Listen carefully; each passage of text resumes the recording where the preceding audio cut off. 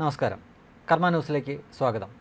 ഏതെങ്കിലും വിദേശ രാജ്യത്തെ തട്ടിക്കൂട്ട് സംഘടനകൾ ചില സർവേകളൊക്കെ നടത്തുന്നു. ഉദാഹരണത്തിന് ഹാപ്പിനെസ് ഇൻഡെക്സ് സർവേ എന്നൊക്കെ പറഞ്ഞു വരുന്നു.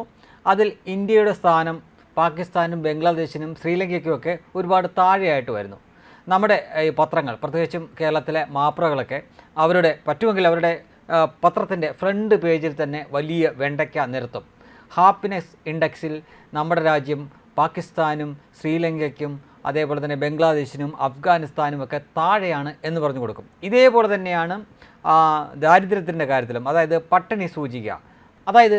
പട്ടിണി സൂചിക അഥവാ ഹങ്കർ ഇൻഡെക്സ്.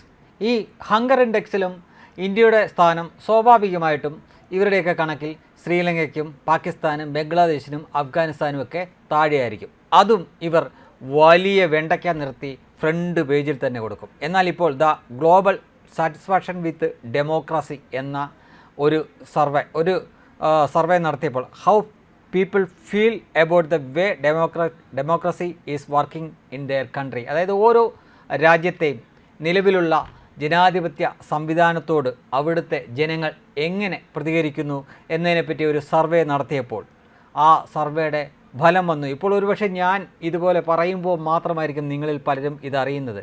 എനിക്ക് തോന്നുന്നില്ല ഇവിടെയുള്ള ഏതെങ്കിലും ഒരു മാധ്യമം ഈ റിസൾട്ട് കൊടുത്തിട്ടുണ്ടെന്ന്. അത് പറയാനുള്ള കാരണം നിങ്ങൾക്ക് വഴിയെ മനസ്സിലാവും. എന്തായാലും അമേരിക്കയിൽ, കാനഡയിൽ അത് 46% ആളുകൾ നിലവിലെ ജനാധിപത്യ വ്യവസ്ഥിതിയിൽ അതൃപ്തരാണ്, അവർക്ക് തൃപ്തിയില്ല.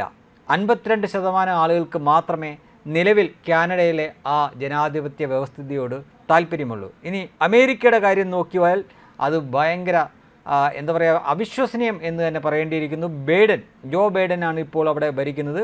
അതിൽ 31% ആളുകൾ മാത്രമേ അതിൽ സംതൃപ്തരാണു. ബാക്കി 68% ആളുകൾ അതൃപ്തരാണ്. 1% ആളുകൾ അഭിപ്രായമൊന്നും പറഞ്ഞില്ല എന്ന് തോന്നുന്നു.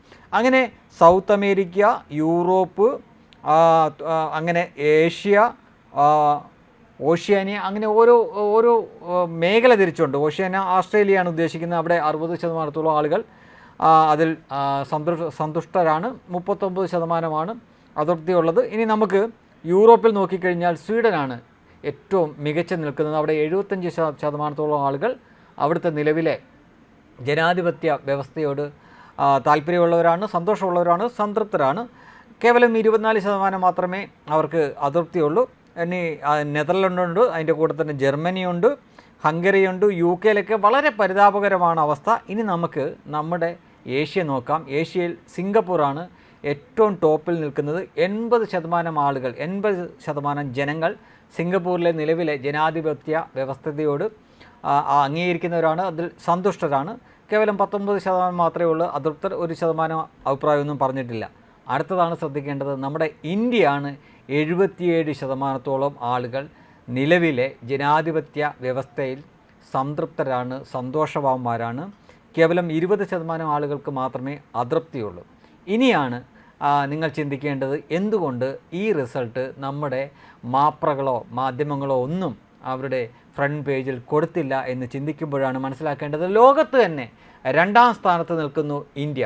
നമ്മുടെ ഇന്ത്യ 2ാമത് നിൽക്കുന്നു. 1ാമത് നിൽക്കുന്നത് സിംഗപ്പൂർ ആണെങ്കിൽ നമ്മുടെ ഇന്ത്യയാണ് 2ാമത് നിൽക്കുന്നത്. പിന്നെ 3ാമത് വരുന്നത് സ്വീഡനും മറ്റുമൊക്കെയാണ്, അത് യൂറോപ്പിലാണ്. അമേരിക്കയും UK വളരെ പരിതാപകരമായിട്ടുള്ള അവസ്ഥയിലാണ്. ഈ ലിസ്റ്റിൽ ചൈന ഇല്ല. കാരണം ചൈന ഇല്ല എന്ന് പറയാനുള്ള കാരണം, ചൈനയിൽ ജനാധിപത്യമൊന്നുമില്ല, അവിടെ ഏകാധിപത്യമാണ്. അവിടെ ഒരു പാർട്ടിയുടെ ഏകാധിപത്യമാണ്, അവിടെ ജനാധിപത്യമില്ല.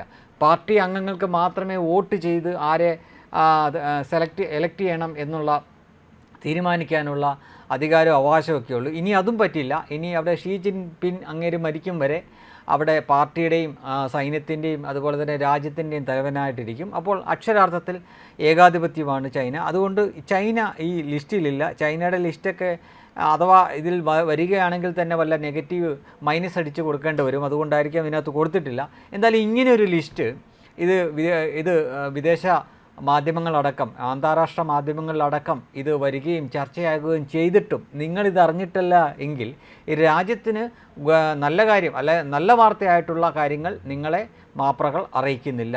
ഇനി രാജ്യത്തിനെ ഇകഴ്ത്തിക്കൊണ്ടുള്ള എന്തെങ്കിലും വാർത്തയാണെങ്കിൽ അത് കൃത്യമായിട്ടും അതിൻ്റെ അച്ചടിമഷി ഉണങ്ങുന്നതിന് മുമ്പ് തന്നെ നിങ്ങളുടെ മുന്നിലേക്ക് അത് എത്തിയിരിക്കും. അതാണ് നമ്മുടെ ഇവിടുത്തെ മാധ്യമപ്രവർത്തനങ്ങൾ. ഇനി ഒരു കാര്യം കൂടെ പറയാനുണ്ട്. ചില മാപ്രകളുണ്ട്, അവർക്ക് താല്പര്യമില്ലാത്ത ആളുകളാണ് മുഖ്യമന്ത്രി ആവുന്നത് അല്ലെങ്കിൽ പ്രധാനമന്ത്രി ആവുന്നത് എങ്കിൽ അവർക്ക് ജനാധിപത്യത്തിൽ വിശ്വാസം തന്നെ നഷ്ടപ്പെടും. അത്തരം ചില മാധ്യമപ്രവർത്തകർ നമുക്കറിയാം.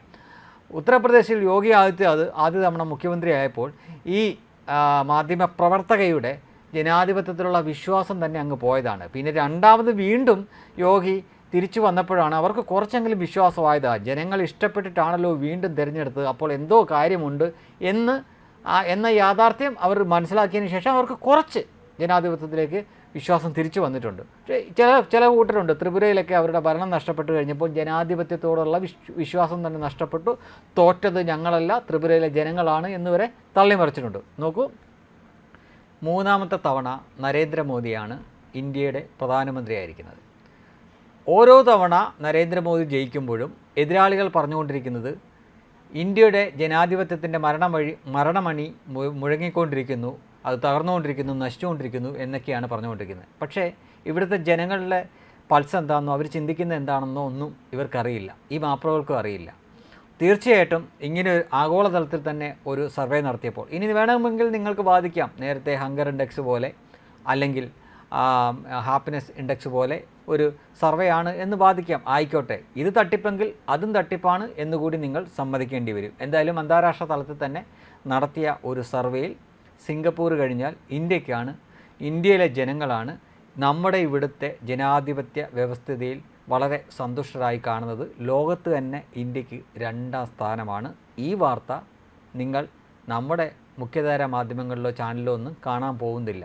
പിന്നെ അവർ കൊടുക്കും, സോഷ്യൽ മീഡിയയിൽ കൂടെയൊക്കെ ഇത് കാണേണ്ടവരെല്ലാം കാണുന്നു എന്ന് അവർക്ക് ബോധ്യമാവുമ്പോൾ അവർക്ക് മറ്റു ഗത്യന്തരമില്ലാതെ ഇത് നിങ്ങളിലേക്ക് എത്തിക്കേണ്ടി വരും.